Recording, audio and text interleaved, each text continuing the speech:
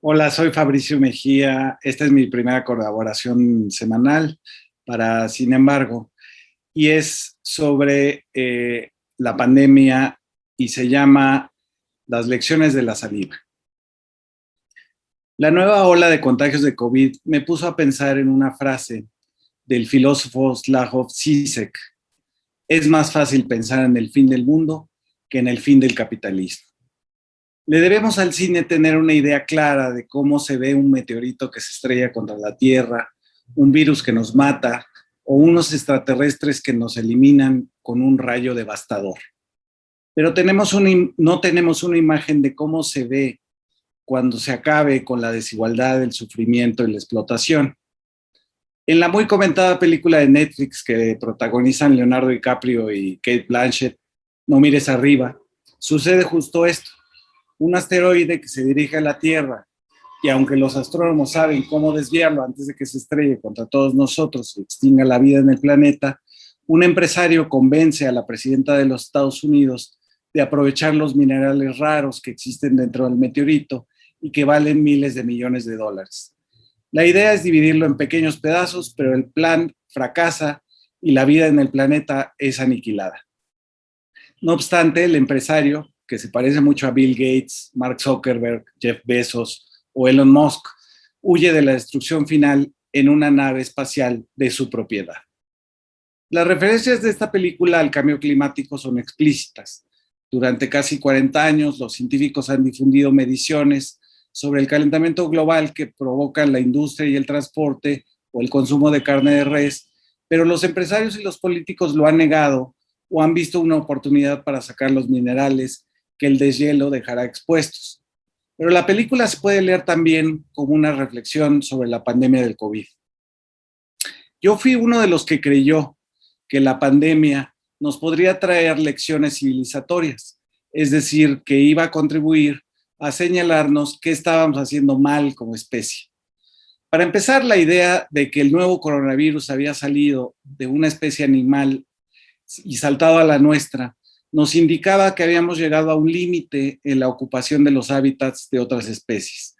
Esta idea tan simple fue inmediatamente atacada por los políticos y los medios corporativos de comunicación que aseguraron sin evidencia alguna que el virus había sido manufacturado en laboratorios de la temible China. Con eso se borró la responsabilidad de las industrias que invaden territorios para sembrar soya o palmas para hacer aceite, y todo se redujo a la maldad de los chinos. La otra idea de cambio fue que la salud no debía ser considerada como una mercancía. Desde el inicio, en casi todos los países se atestiguó cómo los sistemas de salud estaban en ruinas, se habían privatizado y la atención médica dependía de las aseguradoras.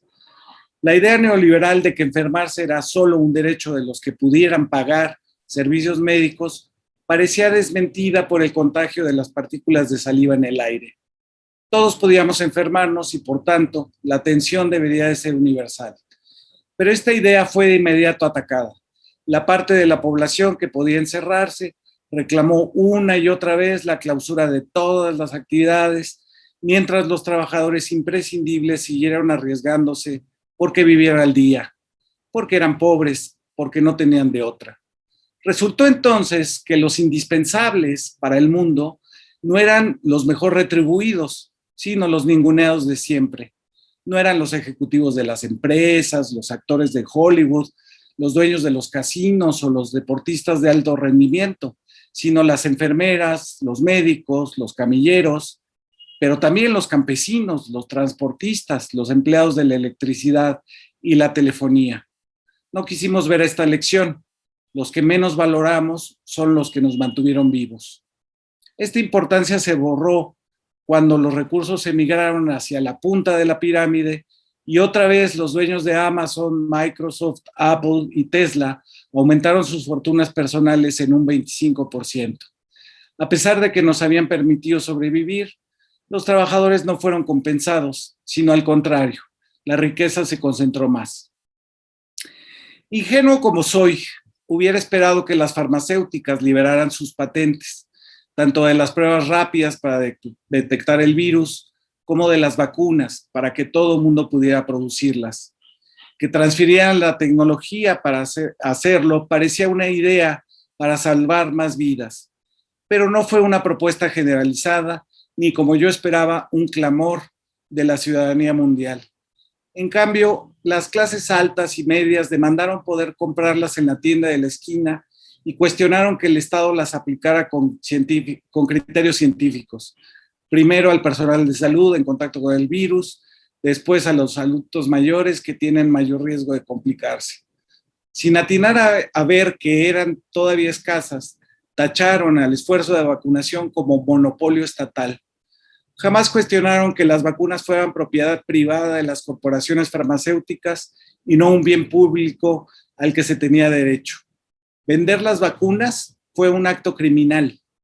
¿O cómo le llamaría usted a que África completa no tuviera acceso a ellas, mientras que en Estados Unidos y Europa caducaron en los almacenes?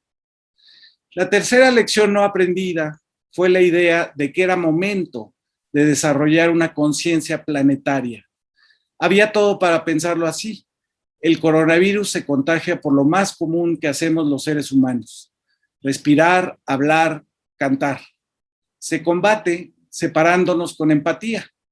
Encerrarse, guardar sana distancia, usar cubrebocas, no solo te protege a ti y a los de junto, sino que lo hace con personas que nunca vas a conocer.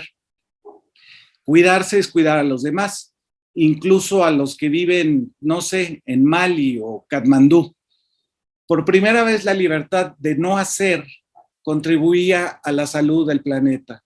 Por primera vez la postergación de los planes y los deseos individuales no era algo malo y reprobable, como el capitalismo consumista nos ha inculcado, sino que era bueno y ayudaba en una escala que no tenía que ver con lo individual o lo familiar, sino con una dimensión de la Tierra completa. Rápidamente, esta posibilidad se perdió. Los antivacunas o anticubrebocas reclamaron su libertad para hacer lo que su conciencia individual les ordenara, desde las teorías más enloquecidas.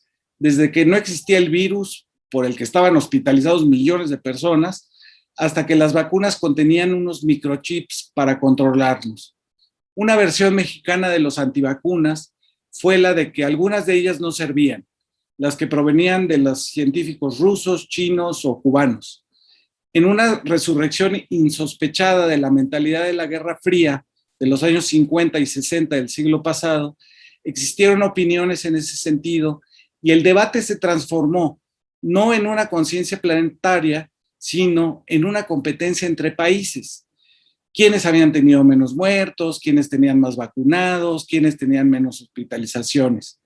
No pudimos trascender el pensarnos como grupos confinados entre fronteras legales y agudizamos nuestras filias por la medicina estadounidense o europea y las fobias por países a los que, no obstante ser precursores de la ciencia de las vacunas, no creíamos que tuvieran siquiera ciencia.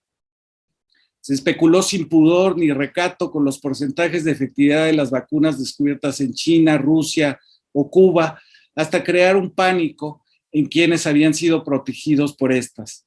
En ese pánico mexicano, las vacunas ya no contenían microchips que nos iban a robotizar, sino unas ideologías extrañas.